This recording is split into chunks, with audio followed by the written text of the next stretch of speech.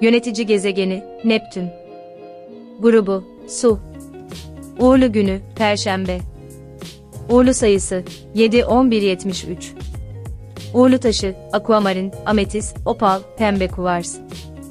Uğurlu renkleri, deniz mavisi, turkuaz, gümüş rengi ve yeşil. Uğurlu kokuları, kiraz çiçeği, zambak, limon çiçeği. Uğurlu çiçekleri, inci çiçeği, beyaz gül, nilüfer. Uğurlu müziği, dinlendirici hafif müzikler. En belirgin özelliği, merhamet. En büyük emeliniz, rahat. En büyük hatanız, kendinizi kötülemeniz. En büyük arzunuz, dünyayı dolaşmak.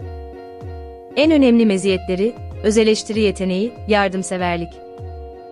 En zayıf noktaları, hayalcilik, mantıksızlık. Olumlu özellikleri, güvenilir, kararlı, tutkulu, özenli, düzenli, sabırlı, disiplinli. Fedakar ve verici, evrensel birliğe inanan, ilham sahibi ve artistik, gelişmiş zevkler, sanatsal alanda etkileyici, hassas ve güçlü inanç sahibi. Olumsuz özellikleri: belirsizlik, ihmalcilik, gizlilik, kolay dağılmak, zayıf arzular, kararsızlık, mücadeleci değil, karamsar, çekingen, alıngan. Burç uyumu: çok iyi, Yengeç ve Akrep. İyi, Oğlak, Kova, Koç ve Boğa. Kötü, İkizler, Başak ve Yay. Ne iyi ne kötü, Aslan ve Terazi. Tanımlayan söz: kendimi fedakarlıklarımda arıyorum. Burçlar 3 farklı niteliğe göre gruplanır: kardinal, öncü, değişken ve sabit burçlar. Balık burcu 4 değişken burçtan biridir. Diğerleri ikizler, Yay ve Başak'tır. Değişken burçlar mevsimleri sona erdiren burçlardır ve her mevsimden dersler almışlardır. Her şeyin bir sonu olduğunu bilirler ve görevleri herkesi mevsim değişimine uyum sağlamalarına yardımcı olmaktır. Diğer burçlardan daha bilgedirler. Diğer burçlara göre değişime daha kolay ayak uydurabilirler, pek çok duruma uyum sağlamak için bu kalemun gibi renk değiştirirler. Ayrıca zodyağın düzeltmenidirler. Öncüler bir plan öne sürer, sabitler planı eyleme döker, değişkenler ise eleştirel bir gözle son rötuşları yapar. Balık burcu su elementine bağlı 3 zodyak burcundan biridir, diğerleri yengeç ve akreptir. Balık burcu üçüncü ve sonuncu su burcu olduğu için yengeçin duygu dalgalarını ve akrepin tazyikli sularını duyguların okyanusuna akıtır. Balık enerjisi aktif hale geldiğinde derinlere dalmaya hazır olun. Balık enerjisi şefkatimizi uyandırır, kalplerimizi acı çeken insanlara açmamızı sağlar.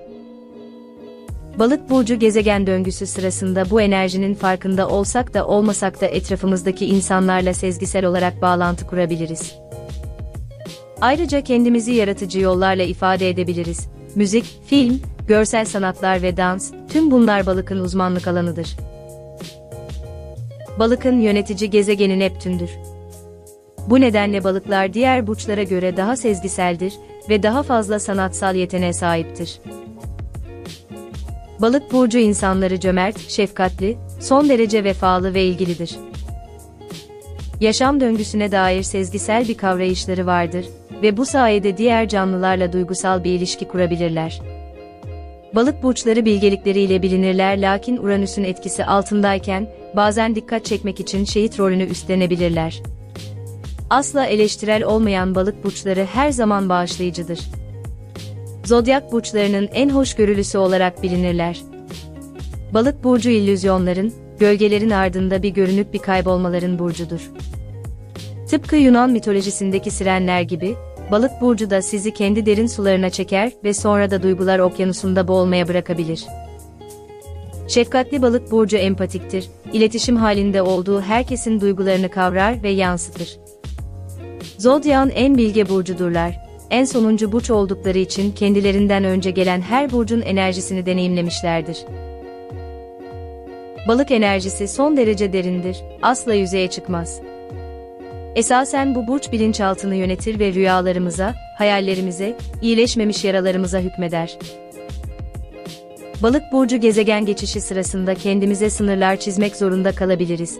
Ayrıca şehit rolünü oynamaktan, bağımlı ilişkilerden kaçınmamız gerekebilir.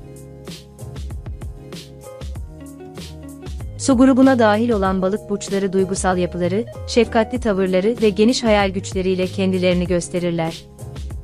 İnsani değerlere önem veren bu burcun bireylerinin empati yetenekleri çok gelişmiştir. Her zaman kendilerinden çok başkalarına önem verirler. Yardımseverlerdir.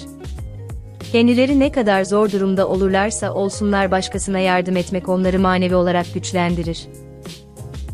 Yaptıkları iyiliklerle bu dünyada yer edeceklerini düşünürler. Hırsın, paranın, şöhretin geçici olduklarını bilirler. Çok iyilik yapsalar da aynı karşılığı çoğu zaman bulamazlar. Yumuşak kalpli ve affedici olmaları insanlar tarafından kullanılabilir. Çok yetenekli olmalarına rağmen kendilerini övmezler. Hayalleri vardır. Güzel bir hayat için sürekli düşler kurarlar. Estetiğe, güzelliğe önem verirler. Evleri, sofraları, bulundukları çevre göze hitap etmelidir. Sanata yatkındırlar. Duygularını o kadar yoğun yaşarlar ki bunun derinliğini kimse anlayamaz. Bu içten duygular, yetenekleriyle birleşince ünlü bestecilerin bu burçtan çıktığına şaşırılmamalıdır. Sevdikleri her şey için kendilerini adarlar. Hisler denilince balık burcundan bahsetmemek olmaz. İnanılmaz derecede güçlü sezgileri vardır. Hisleri her zaman çıkar. Aşk hayatlarında romantik bir partner olurlar. Çok severler fakat kalpleri kırıldığında, içine düştükleri psikolojik buhrandan çıkmaları zor olabilir. Bir aslan veya bir akrep astrolojik olarak kolayca analiz edilebilir. Ama balığı anlamak o kadar kolay değildir. Bu burç çift kişiliklidir. Balık insanlarının tek dünyası, içinde yaşadığımız ve hayaller dünyasından tamamen ayrı olan gerçeklik değildir. Onlar için hayal ve gerçek arasında sınır yoktur. Hepimiz bazen rüyalarımızı yorumlarız. Örneğin, kuru bir musluğun dağdan akan deli bir ırmağa dönüşmesi gibi. Veya uyandıktan sonra gördüğümüzün rüya mı, yoksa gerçek mi olduğunu bilemeyiz. Balık insanları için bu durum çok normaldir. Onlar gerçek hayatla, gerçeği daha anlamlı yansıtıyormuş gibi görünen renkli fantezi dünyası arasında yaşarlar ve hangisinin daha gerçek olduğundan emin olamazlar. Balık, zodyağın son burcudur. Orada madde ve ruh karşılaşır ve sırayla insanı etkileri altına alırlar. Bu, Güneş sisteminin sondan bir önceki gezegeni ve balığın doğumunda etkili olan Neptün'ün özelliğidir. O, genelde kavranması ve mantıklı olarak açıklanması zor şeylere, hayallere yatkındır. Yüzyılımıza kadar Neptün, Güneş sisteminin son gezegeni olarak kabul ediliyordu. Bu yüzden astrolojide onun, insanlar üzerinde, dünya dışı etkiler bıraktığı düşünülmektedir. Bunlar çok karmaşık gibi geliyor. Ama bu durumun somut etkilerini Balık burcunda doğan insanlar üzerinde analiz edersek daha anlaşılır olabilir. Başta kısaca sözü edildiği gibi, balıklar sosyal yaşamda çok karmaşık bir insan görüntüsü verirler, çünkü insan onların ne zaman ne yapacağını bilemez. Bir yandan iyi, anlayışlı ve yardımsever, diğer yandan çok kararsız, tutarsız, melankolik ve kırılgandırlar. Bir konuda çok ateşli davranabilirler, ama çok korkak ve çekingen de olabilirler. Kendilerinden şüpheye düşüp gerçek dünyaya aykırı hareket edebilirler. Balık insanları hakkında kesin olan tek şey, değişkenlikleridir. Kendilerini hep bir maskenin arkasına gizleyip toplumun hoşuna giden her role girerler. Ama insanlara hayallerini anlatmaya başladıklarında, kısa bir süre için maskelerini çıkarmışlar demektir. Bu maskenin altında birbirine karşıt kişilik özelliklerini saklamaya çalışan bir insan vardır. Balık burcunda doğan insanlar, inatla hayatın anlamını ararlar. Bunun sonucunda da şu evrensel soruyla karşılaşırlar: hayat, sonuçta meyvelerini yiyemeyeceğimiz bütün bu kavgalara değer mi? Karakterinin belirginleşmesinden sonra bu fikir, hayata kayıtsızlıkla yaklaşmasına neden olabilir, çünkü kaybedecek bir şeyleri yoktur.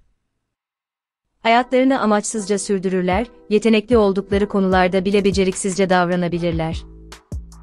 İçlerine kapanır, başarısızlıklarından dolayı acı çekerler. Biraz da olgun, gelişmiş balık insanlarını inceleyelim. Böyle insanlar sabırlı ve kararlıdırlar.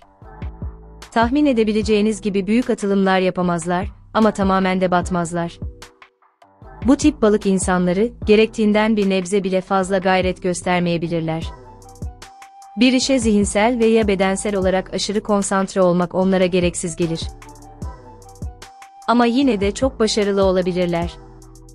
Balık insanlarının her konuda bir fikirleri vardır. Konuşkandırlar, anlattıkları hikayelerle diğer insanları hemen çevrelerine toplarlar. Kendilerini kimsenin dinlemediğini hissederlerse, rüyalara dalarlar. Ama balık insanları lotoda 8 tutturmayı hayal etmezler. Bu onlar için çok bayağıdır ve Neptün'ün onlara kazandırdığı alışılmamış yaratıcı yeteneklerine uygun değildir. Rüya ülkesinin kapıları onlara hep açıktır. Bu hayaller öylesine canlıdır ki onları gerçekleştirme isteği duymazlar. Çünkü bir amaca ulaşmak için güçlü savaşçı ruhları yoktur.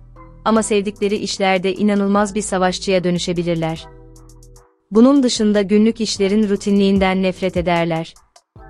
Mutlu olabilmek için, gelecekte olmasını umut edebilecekleri yeni bir şeye ihtiyaçları vardır. Balık insanları fikirleriyle başkalarını heyecanlandırabilmek için çok çaba harcarlar. Onlar için önemli olan tek şey, yaratıcılıklarını mesleki açıdan kullanmaktır, örneğin bir reklam ajansında. O zaman devamlı emir almaktan şikayet etmeyen yardımcıları varsa mesleklerinde yükselebilirler. Sıradan bir balık tipi, pek azimli değildir. Sadece nehirde kalabilmeye çalışır, bir parça sürüklenir, sonra büyük çabalarla akıntıya karşı yüzer. Böyle balıklar gerçekten acınacak tipler olabilirler. Kendi başlarına hareket edemezler. Gerçi büyük planları vardır, devamlı mükemmellikten bahsederler, ana amaçlarına ulaşmak için gayret göstermeyebilirler. Bunun için harekete geçmek için bir kıvılcım çakmalılar. Sırtlarını, kendilerinin yapamadıklarını başarmasını istedikleri bir eşe dayarlar. Akrep burcunun tersine, balık kendi hatalarını ve zayıf noktalarını bilir. Bu önemli kavrama yeteneği, hayatta hiçbir şey başaramamış balıklarda ne yazık ki kendine acıma ve nefret duygularına dönüşebilir. Böyle bireylerin sevme yeteneği körelmiştir. Kendinden nefret eden kimse başkalarını da sevemez. Balık insanları, gerçek dünyadan kaçmanın bin bir yolunu bulurlar. Ancak bunun yalnızca kısa bir zaman için korkularını püskürttüğünü, ardından daha kötü bir kendine gelme duygusuyla dünyaya döndüklerini ve uzun vadeli sağlık problemleriyle yüz yüze olduklarını bilirler. Kimi balıklar da tarikatlara üye olurlar. En mutlu balıklar sanatçı olanlardır. Konuşkanlıkları sayesinde sık sık onları koruyacak hamiler bulur. O zaman rutin ekmek kavgasından kurtulup yaratıcı yeteneklerini geliştirirler. Hayatı daha pozitif yaşarlar. Her şeyi zevkli hale getirirler. Başaramayacakları şey yoktur.